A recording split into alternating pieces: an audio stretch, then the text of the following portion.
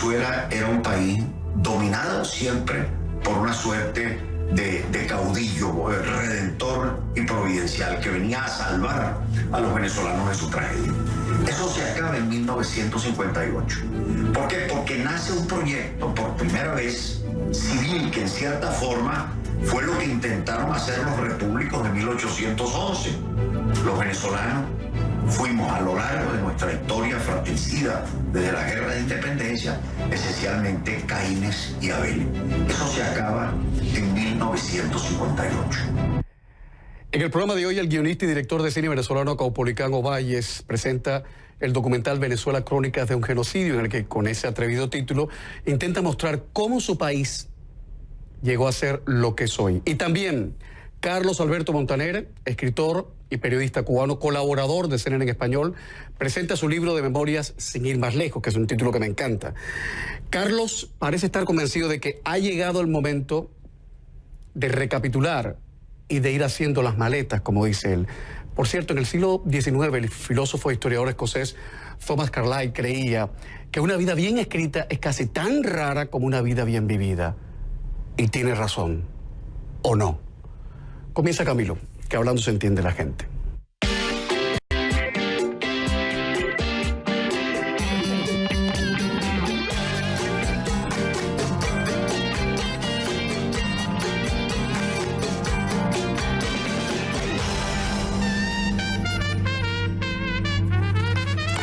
Carlos Alberto Montaner, ya era hora, ¿no? Ya era hora de contar todo lo que se ha vivido. Claro. Y sobre todo desde que me llamó el médico y me dijo, me hizo un diagnóstico por teléfono que casi me mata del corazón. Me dijo, lo llamo porque usted tiene Parkinson. Entonces yo no sabía exactamente lo que era Parkinson, pero sabía que era muy malo. Y decidí terminar cuanto antes las memorias. Por eso de ir haciendo las maletas. Después me entero que el Parkinson no te mata. Te agarrota, te convierte, te enlentece, pero no te mata. Y puede ser, según me dijo él, que viva lo mismo que normalmente vive un hombre de 76 años, que alcance 83, 84, 85. ¿Es la primera vez que dices públicamente esto? Sí, es la primera vez. Es la primera vez. ¿Superaste el susto ya? ¿El susto inicial? Sí, lo superé. Lo superé. Lo superé porque, en primer lugar, hay que... No hay de otra. No hay otra. Es decir, al final sería afortunado vivir 83, 84 años. Pero si no es así, pues tampoco pasa nada. Es decir, mi padre murió a los 79 años, que a mí me pareció que era una edad adecuada para morir. Y lo escribí. Incluso lo despedí así. Mi madre murió a los 83 años. Yo creo que realmente voy a exceder de los 80 años. Tal vez. Lo malo de vivir tanto es que los amigos se mueren y uno se empieza a sentir muy solo, ¿eh? Dejémoslo ahí. A manera de exergo hay una frase de un amigo común, de Roberto Ampuero, escritor chileno, ex canciller de Piñera, un hombre que ha hecho su viacrucis, ¿no? Que le han cobrado el peaje más de una vez, que dice, la memoria es como esos espejos que han perdido la soga. Y es verdad. Y es verdad. Y es verdad porque los libros de memorias no son biografías. Son las cosas como tú las recuerdas o como las has inventado a lo largo de los años y lo has incorporado a tus recuerdos, y ese yo lo cuento honradamente en el prólogo del libro. Es decir, quien vaya a buscar en el libro una biografía no la va a encontrar. Va a encontrar mis recuerdos, los recuerdos de lo que era La Habana, donde yo vivía en la calle de Tejadillo, en La Habana Vieja, muy cerca de la catedral, los primeros 10 años de mi vida. Entonces, cuento realmente lo que yo viví, lo que yo vi o lo que yo creí ver, que son cosas distintas. Cuento lo que eran las estructuras sociales del país, los clubes que nunca se mencionan en los libros de historia, las asociaciones médicas que tampoco se mencionan. Eso es lo que llamaban las clínicas, las quintas, Claro, las quintas. yo lo oía de mi familia, pero nunca supe qué era.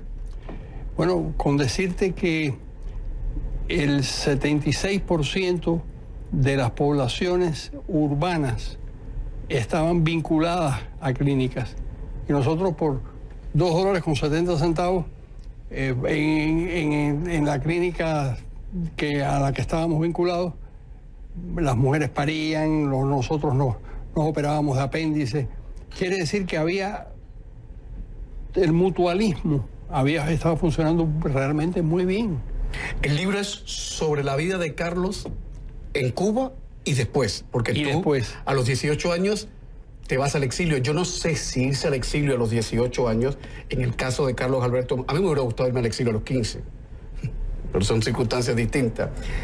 Pero imagino que en todo caso tiene que ser tremendo irse del país a los 18 años en la circunstancia en que te fuiste tú. Sí, se ha dicho muchas cosas, que si tú eras un contrabandista de armas, que era un hombre de acción, eso dice La Habana, Claro, La Habana dice todas esas cosas porque para tratar de callarme y tratar de que yo no escriba. Pero La Habana, cuando me agarran prisionero y me condenan, ellos no me acusan de nada porque realmente yo no había hecho nada. Yo estaba preparándome para hacer cosas, pero yo no había hecho nada. ¿Es verdad que tú te escapas de la cárcel? Yo me escapo de la cárcel, claro. Me escapo de una cárcel de menores, o sea que no es tan complicado. Traté de escaparme, conocí en la cárcel a un preso que se llamaba Armando Valladares, que yo no tenía idea de que iba a ser después un afamado embajador de los Estados Unidos. Pero en ese momento era un preso más. Y tratamos de escaparnos juntos del Quinta y 14, que era donde estaba. El Quinta y 14 estaban... ¿Eso en Miramar o Vedado? Miramar. Ahí está, en Quinta Avenida, y en la calle 14 estaban los calabozos de la seguridad del Estado. Tratamos de escaparnos con una abrelatas y qué sé yo.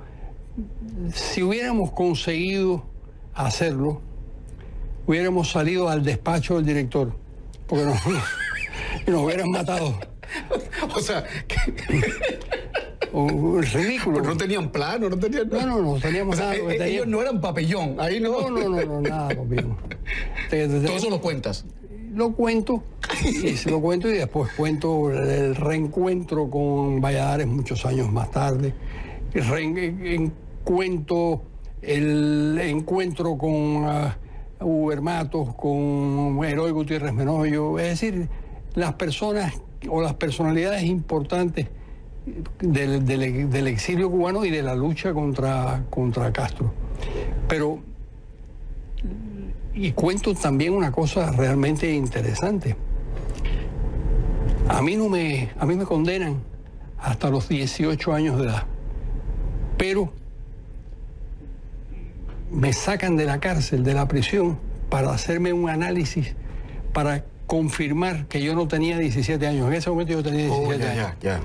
Para confirmar que yo no tenía 17 años, porque yo tenía una biografía que no era yo me había casado a los 16 años, era padre en ese momento de Gina, a quien tú conoces. O sea, de alguna manera eras un hombre de acción, ¿no? Bueno, era porque casarse y ser padre tan joven hay que ser un irresponsable. Pero la pobre mujer mía era una irresponsable también. Pero vamos a cumplir 60 años de casados. Qué bonito, ¿no? Claro, cumplimos 50.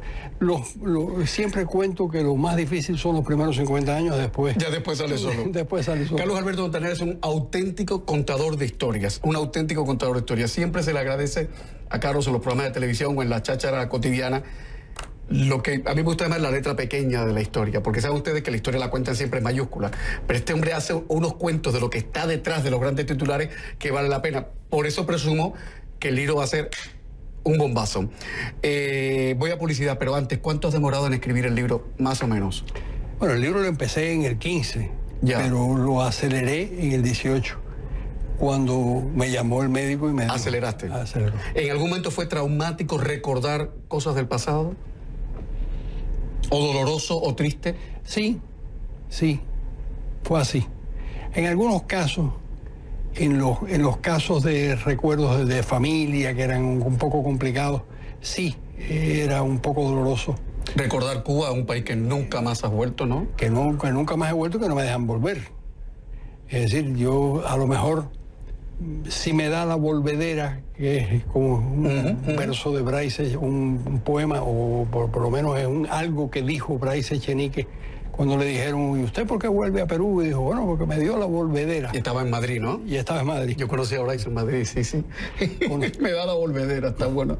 Entonces, si me da la volvedera, pero yo no puedo regresar porque no me dejan regresar. Pues Es una tontería porque ellos dicen que el país somos todos, ¿no? O hay gente que sí y hay gente que no. Hay gente que sí, hay gente que no, por supuesto. ¿Hay algo que te callaste, que deliberadamente no quisiste contar? Incluso, sí. ¿Me lo cuentas después de la publicidad? Claro. Bueno, claro, no vas a soltar prenda de que lo que no contaste, Claro. pero explícame por qué te callaste, por qué no lo contaste en este libro. Reitero, sin ir más lejos, el libro de memoria de Carlos Alberto Montaner, hoy aquí en Camilo. Ya volvemos.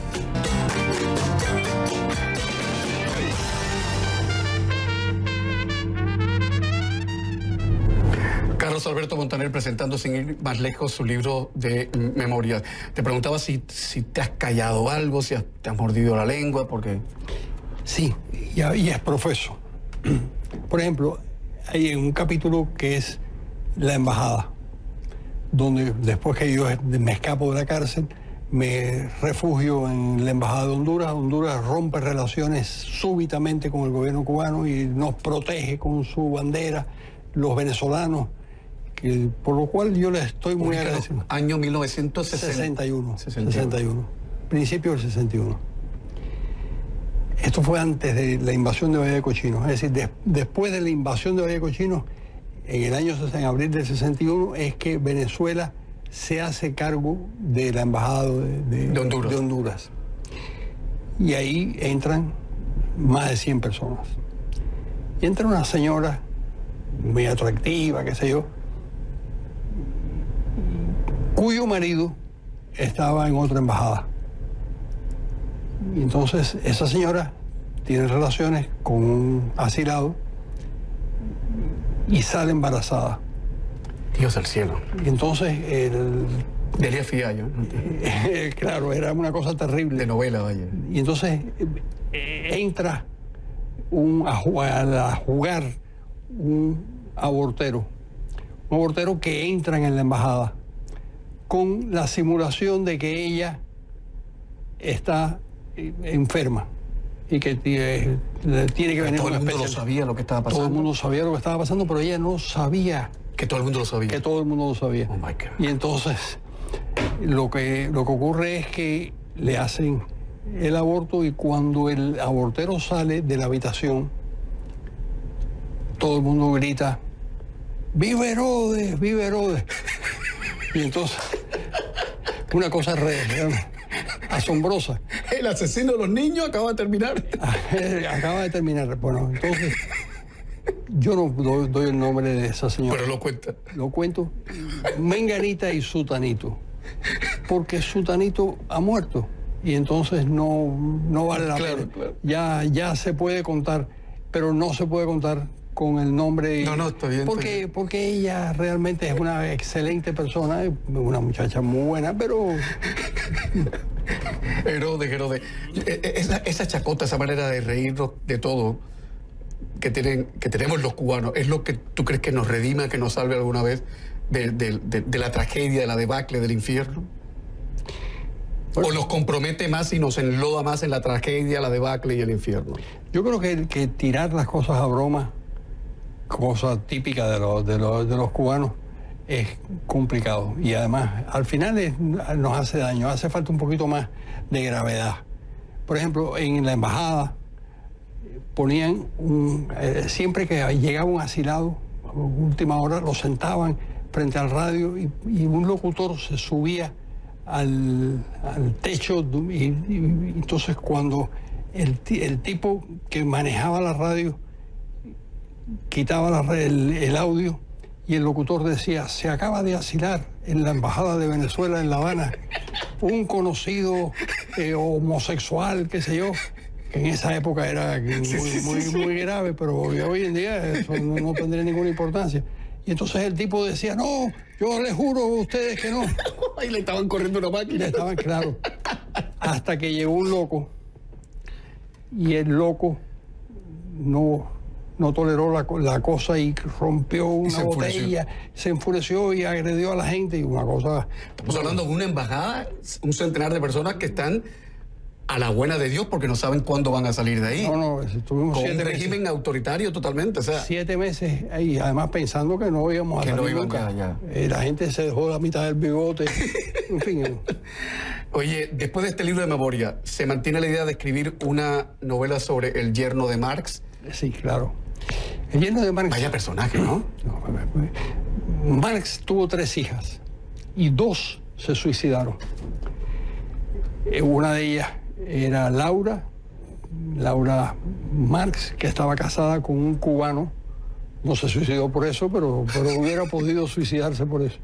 Paul Lafargue. Paul Lafargue era un cubano, hijo de un cubano haitiano. O sea, era un mulatón bien plantado. Era un mulatón bien plantado. Y al final se van blanqueando, los mulatos se van blanqueando con los años porque la melanina desaparece. Bueno, y a veces los blanquean en la televisión. Y los blanquean en la televisión. Ahora todos son rubios y rubias, en fin. Sí, en la diversidad está el swing, pero bueno, lo dejamos ahí. Sí. Pero bueno, era un vividor, dicen, ¿no? Era un médico, no, era un médico y lo que pasa es que odiaba la medicina porque se le murieron 3 hijos y no pudo hacer nada por salvarlos y no hizo nada tampoco. No le interesaba mucho su carrera. ¿Pero era buen tipo?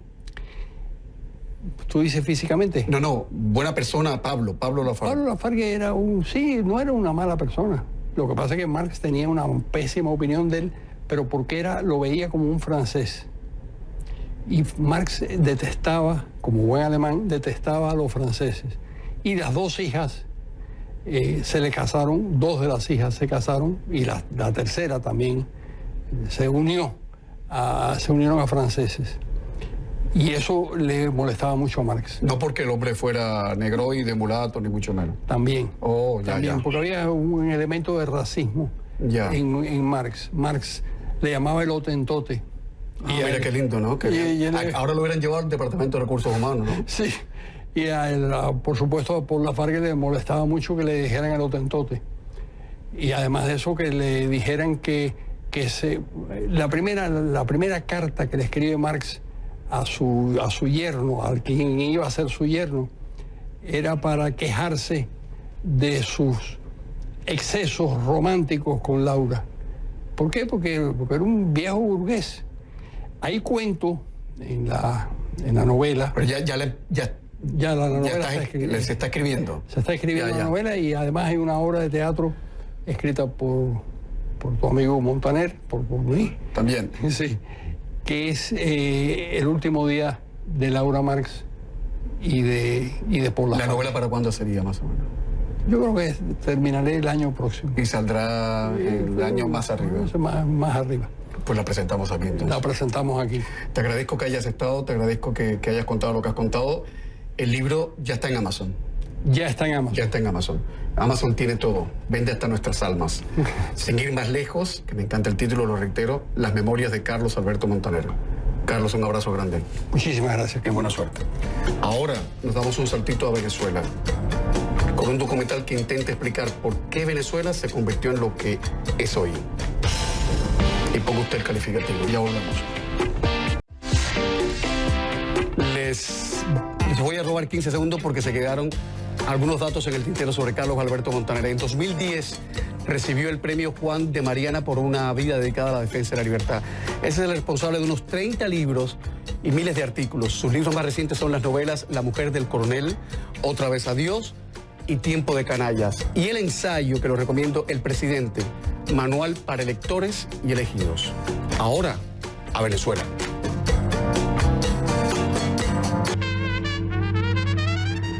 Segundo invitado, Caupolicán Ovalles, productor y director de cine de Venezuela. Bienvenido. Buenas noches. Los puristas tal vez recelen de un título tan contundente como este, Venezuela, crónicas de un genocidio. Tal vez pueden arguir que genocidio entendido como aniquilación o exterminio sistemático y deliberado de un grupo social por motivos raciales, políticos o religiosos no es precisamente lo que ocurre en Venezuela. ¿Qué usted respondería a eso si se lo preguntasen? Que digamos es una fórmula de genocidio no convencional. Otro tipo de genocidio. Es una fórmula, no es otro tipo, es un genocidio no convencional, porque la población venezolana tiene ya casi 20 años que está sistemáticamente atacada. O sea, digamos, el que no está de parte o que no comulga o que de alguna manera no sigue ciertas directrices de los gobiernos que se han instaurado Chávez y Maduro de hace 20 años, son prácticamente excluidos desde hace muchos años. La gente ha decidido marcharse con una de las diásporas que ya todos conocemos, una de las más grandes del mundo. Los niveles de homicidios, de asesinatos en Venezuela son de los más altos del mundo, y ahora tenemos también los niveles de suicidio más altos de la región. Que de eso no se habla mucho, pero está ahí. Porque también es algo que se están dando cuenta. Sí, cómo se contabiliza también, me imagino. Claro. La idea del documental, justamente, ¿en qué momento aparece y por qué?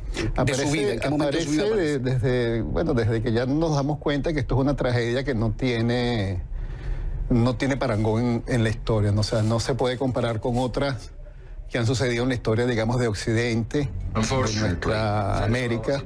Lo más parecido puede ser Cuba. Y yo creo que todavía la gente no se ha dado cuenta de la magnitud del problema y de la situación que está viviendo Venezuela. Yo he viajado más o menos estos últimos meses presentando mi otra película de muerte en Berruecos. Y veo cómo los venezolanos están en todas partes, en calles, en todos los niveles, desde personas que han hecho empresas, que se han ido mucho antes, de empresarios hasta personas de los más bajos recursos. Y yo sinceramente no conozco que haya sucedido esto.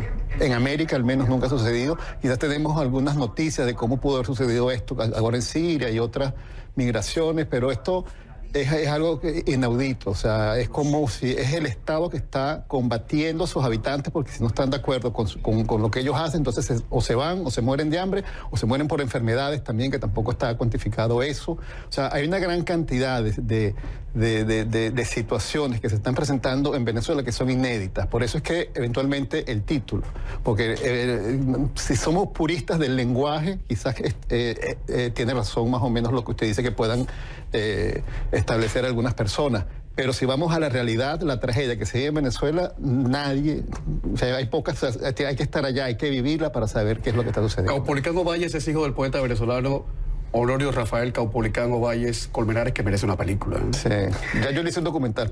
Y es miembro del Consejo de Dirección de los Premios Platino de Cine Iberoamericano. Fue el responsable de escribir, dirigir y producir Archivo Criminal, una serie emitida por Radio Caracas Televisión antes de que el régimen chavista, en su inconmensurable actitud de respeto por la libertad de expresión, silenciara ese canal. En 2018 estrenó su segundo largometraje, Muerte en Berruecos, que versa sobre la investigación del asesinato del gran mariscal de Ayacucho, Antonio José de Sucre, ocurrido en 1830. Una pregunta para ubicarnos. ¿Cómo evalúa usted esos 40 años en los que Venezuela no queda a merced, por primera vez desde la independencia, no queda a merced de los militares? Eso es un soplo de aire fresco en la historia de Venezuela. Es lo que podemos llamar la democracia civil.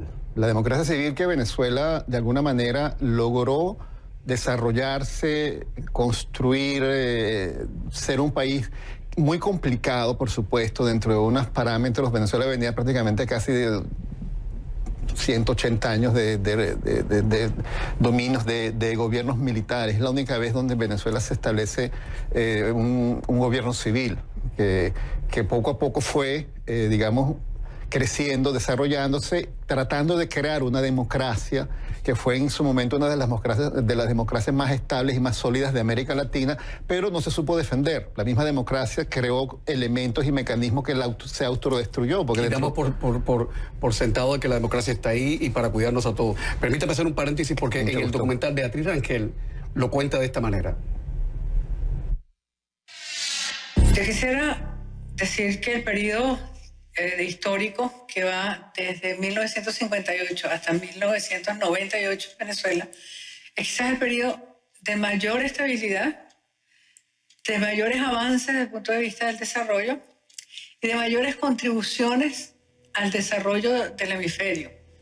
Porque Venezuela tuvo una democracia que no solamente sirvió los fines de crear una sociedad abierta y participativa dentro de su territorio, sino que fue gestor de muchísimos procesos de democratización en el continente y además también participó en procesos de paz, como el de Centroamérica notablemente, como el de la cesación de armas del M-19 en Colombia. ¿En qué momento se produce la fractura y empieza el camino hacia la debacle, hacia esa cosa horrible que está pasando en su país? Prácticamente en el momento en el cual yo creo que la democracia se fractura y es fracturada desde afuera. O sea, los venezolanos quizás... ¿Qué quiere decir desde afuera? Bueno, que quizás no nos dimos cuenta que Venezuela ha sido codiciada desde hace muchos años. O sea, en los años 60, Venezuela fue invadida varias veces por Fidel Castro, por Cuba y por la Unión Soviética. Prácticamente las guerrillas venezolanas fueron financiadas por ellos. Y desde ese momento, Venezuela empezó a ser como... estaba en la mira de estas, digamos, de estos regímenes. ¿Pero cree usted que la debacle solo se da por las apetencias del comunismo? No, digamos que no, lo que pasa es que se siembra... ¿Qué falló adentro? Se siembra dentro de la sociedad venezolana y latinoamericana, y en general en muchas sociedades se siembra una izquierda, digamos, que es romántica, que es idealista, que eventualmente mucha gente consideraba aquello como bueno. Inclusive en Venezuela ser de derecha era pecado. O sea, si tú eras de derecha eras visto como un monstruo prácticamente. No se veía como una alternativa política cívica, no es que civil. Nunca existió en Venezuela partidos de derecha, eran partidos socialdemócratas, socialcristianos, no existían. Prácticamente siempre fue un gobierno, digamos, prosocialista, entre comillas. Entonces, la sociedad venezolana, que se estaba generando una democracia, también tenía dentro de su mismo, internamente también estaba generando su fórmula también como de autodestrucción. Entonces llegó un momento en el cual el venezolano no creyó más en la democracia. Por supuesto, también había mucha corrupción, hubo muchos problemas sociales, venimos de una sociedad de donde existen problemas clasistas, raciales, menos en Venezuela que en otros, pero también los hay, y eso generó un resentimiento que poco a poco fue aprovechado por estas mismas fuerzas internacionales que generaron, pues que ayudaban a generar este descontento. La izquierda chavista, la izquierda latinoamericana y el chavismo siempre arguyen de que era un país que no era inclusivo para nada. Eso es falso. Venezuela era el país más inclusivo, donde existían menos conflictos sociales y raciales de América Latina. Si esto sucede en Venezuela ahora, yo no me imagino que pueda suceder en otros países de América Latina donde sí hay graves problemas de este tipo. Son problemas que se vienen generando desde la colonia, que no se han resuelto, que son 500 años de historia, que en 200 años no lo hemos arreglado, pero que tenemos que arreglarlo. Pero lo que la izquierda prácticamente está proponiendo es otra cosa. No es arreglar estos problemas. Ahí está Venezuela, verbigracia, el caso venezolano, que lo vean todo. Es la destrucción de un país para transformarlo en una masa de gente debilitada que responde a lo que el régimen les pueda dar. Y lo peor de todo es que está esto apoyado y acompañado por los regímenes totalitarios del mundo. O sea, ya ves, una pregunta. En el año 99 usted está en Venezuela. Sí. Usted ve el auge del chavismo. Sí, usted es testigo de eso. Claro. Voy a poner un momento del documental, otro momento, y vamos a ir después de la pausa para que usted, como venezolano, me cuente si usted recuerda cómo y cuándo empezaron a desmoronarse las instituciones. Porque, ojo, hoy que estamos a merced del populismo en el mundo entero, los más cautos y los más ingenuos y los más cándidos dicen, las instituciones aguantan. En Estados Unidos las instituciones aguantan. ¿Aguantan? Otro momento de este documental y regresamos enseguida. Ha ido perdiendo toda su base industrial. Es así, por ejemplo, que cuando Hugo Chávez llega al poder en Venezuela, habían alrededor de 12.000 establecimientos industriales en Venezuela. Hoy no llegan a 4.000. Nosotros nunca habíamos experimentado una declinación de nuestra producción petrolera, por ejemplo, como la que hemos vivido en estos últimos años. Cuando Chávez llega al poder, Venezuela estaba produciendo alrededor de 3.400.000 barriles diarios de petróleo. Hoy no produce ni siquiera 1,5 millones. Viene ocurriendo en una situación en la que paradójicamente la dependencia del ingreso petrolero se acentúa. Es decir, Venezuela se hizo más dependiente del ingreso petrolero al mismo tiempo que fue destruyendo la industria petrolera. La verdad es que no se ha producido más nada. El resto del aparato industrial, agrícola, agroindustrial venezolano está muerto y la producción petrolera ha ido declinando. Sigue.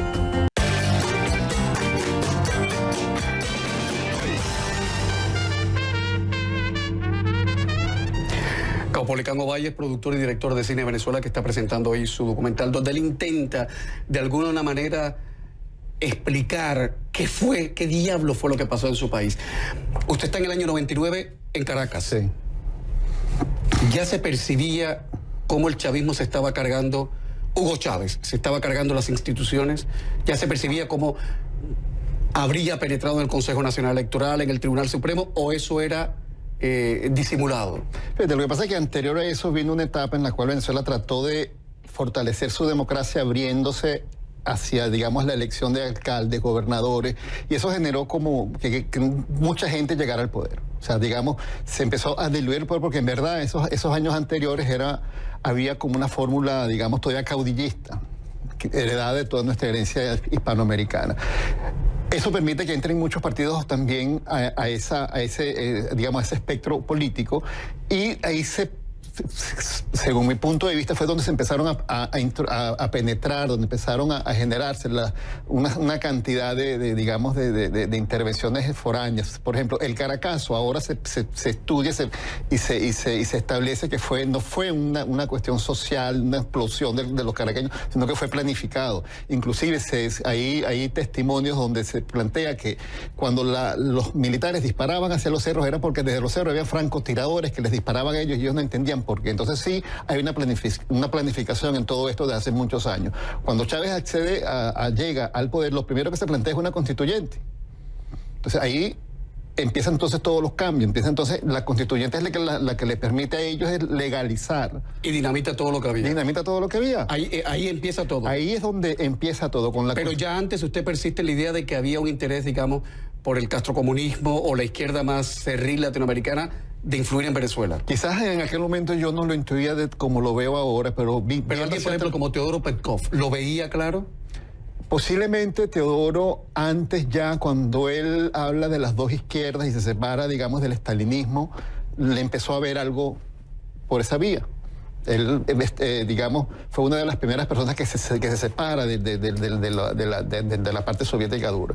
Pero no sé si de alguna manera ellos pudieron también detectar eso, porque hay que agregar que después a todo esto se le suma el narcotráfico. Entonces cuando de alguna manera, cuando la izquierda destruye la propiedad privada y no tiene fórmulas de producir, evidentemente tiene que aliarse con alguien que le dé el dinero y salir con el narcotráfico. El documental se cuenta de muchas maneras, pero este es un momento importante en el documental. Repasémoslo, por favor.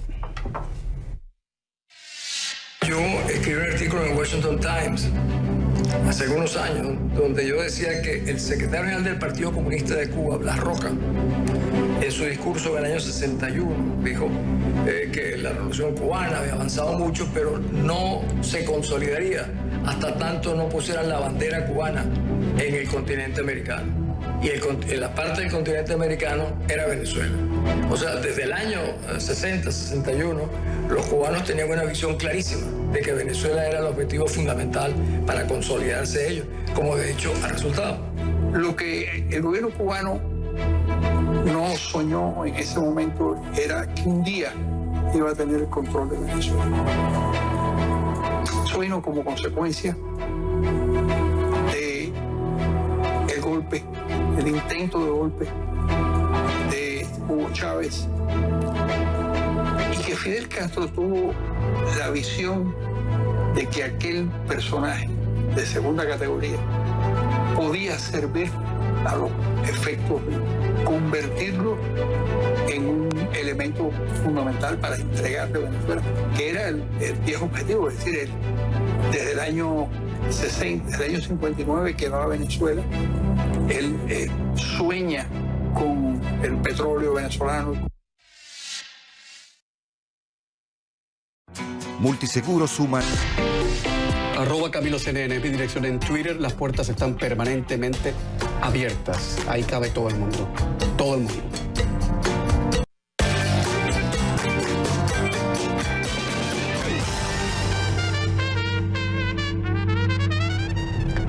Quien ve el documental, ¿qué lección saca? ¿Que hay solución al tema?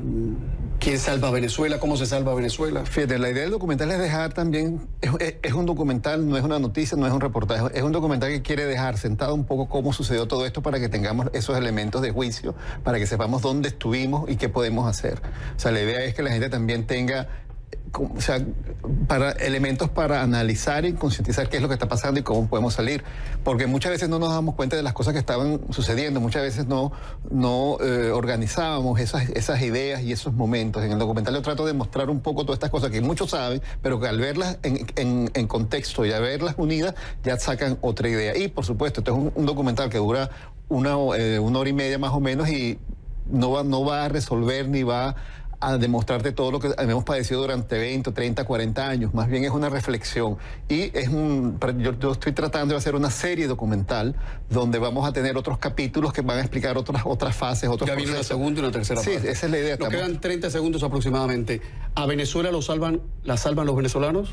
Yo creo que los venezolanos y todo el resto de la humanidad que nos quiera ayudar, porque el problema de Venezuela es muy grave. Venezuela está tomada, ocupada por una fuerza internacional, apoyada por una fuerza interna que tiene mucho poder, que vino, de obtener una cantidad de dinero incalculable. Venezuela llegó a recibir más de miles de millones de dólares. Todo lo que recibió Venezuela en los 10 años del chavismo fue prácticamente lo que recibió Venezuela desde la colonia hasta que llegó Chávez al poder. ¿Los rusos y los cubanos se echarán a un lado alguna vez? Ellos se metieron allí por algo. Yo creo que se está conformando un estado totalitario mundial donde Rusia y China son los que están dirigiendo todo esto a través también de Irán. ¿Los chinos están en Venezuela con mucha presencia? Están en Venezuela con mucha presencia desde hace muchos años. Le han dado dinero a este régimen para tenerlo también, digamos, de alguna manera controlado. ¿Usted creyó alguna vez en el presidente Trump cuando dijo lo de que todas las opciones estaban sobre la mesa? Mira, yo tengo esperanza de que todas las opciones estén sobre la mesa y que alguna de esas opciones que desconozco sirva para salvar. ¿La intervención extranjera armada? La intervención extranjera armada, ya Venezuela está ocupada, armada. En Venezuela está el ELN, está la FARC, está el Hezbollah. Ellos destruyeron el ejército venezolano. Venezuela está ocupada militarmente ya. Pero repregunto, usted como venezolano, ¿confía en el interés que ha mostrado el presidente Trump o que mostró en algún momento el presidente Trump por Venezuela, o cree que lo hizo por tintes electoralistas? Mira, yo no puedo no sé cuál fue su intención, pero sí me gusta que lo haya dicho y sí espero que eso que él diga sea realidad. ¿Tiene usted familia en Venezuela? Claro. ¿Habrán visto el documental ya? Todavía no, lo han visto algunas personas. Lo estrenamos en Miami el 7, 8 y 9 de noviembre en unas salas de cine. Y próximamente esperamos estrenarlos también en otros sitios y ver la posibilidad de que... ¿Lo podrán ver en Venezuela? Espero que sí.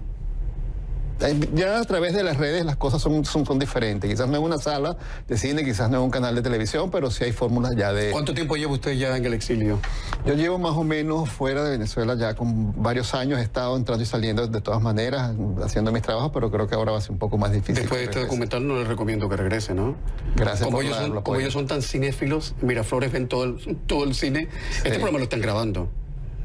Siempre que hablamos de Venezuela o de Cuba, en Venezuela y en Cuba seguramente graban el programa. Y me parece bien que lo graben. Sí, bueno. Me parece bien. Claro. Que sepan que hay otras voces y otra gente que piensa distinto. De todas maneras, en fin, lo que sí está claro es que el cine puede ser una herramienta y sigue siendo una herramienta importante. Claro, el cine, esta es una serie documental que tiene versión cine, versión televisión, versión internet. Estamos tratando de llevarlo a las diferentes ventanas posibles de difusión para que llegue a la mayor cantidad de gente posible. Y lo han hecho arañando, por supuesto. Totalmente. ¿O cuánto les pagó la CIA por esto? Hasta ahora nada. ¿Y el Departamento de Estado de Estados Unidos? Todavía. Nada, excepto lo he hecho antes yo. Que Diosdado Cabello lo diga para... Ya. Ojalá tengamos un financiamiento para terminarlo en algún momento. Perfecto. Caupolicán, muchísimas gracias. Gracias, Camilo. ¿Algún trabajo de ficción por ahora? Bueno, acabo de... La película de lo de Sucre, sí. Muerte en Berrueco se presentó también en Miami, las presentamos en Quito, también en salas de cine. Pero me han dicho que es como un thriller policial. Es un thriller policial basado en el asesinato de Sucre. Hay que verlo. Muchas gracias, Caupolicán. Gracias a ti. Y a ustedes muchas gracias por la confianza. Buenas noches, buena suerte.